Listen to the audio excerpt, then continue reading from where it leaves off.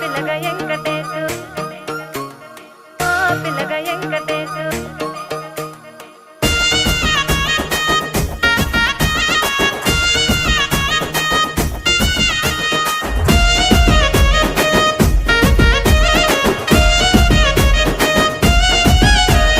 సిద్ధిరాల మనసు నాది చిన్నగా పోతుంటావో చూడక పోతుంటావో ఇంట్లో చిన్నదాన్ని నేను సిద్ధిరాల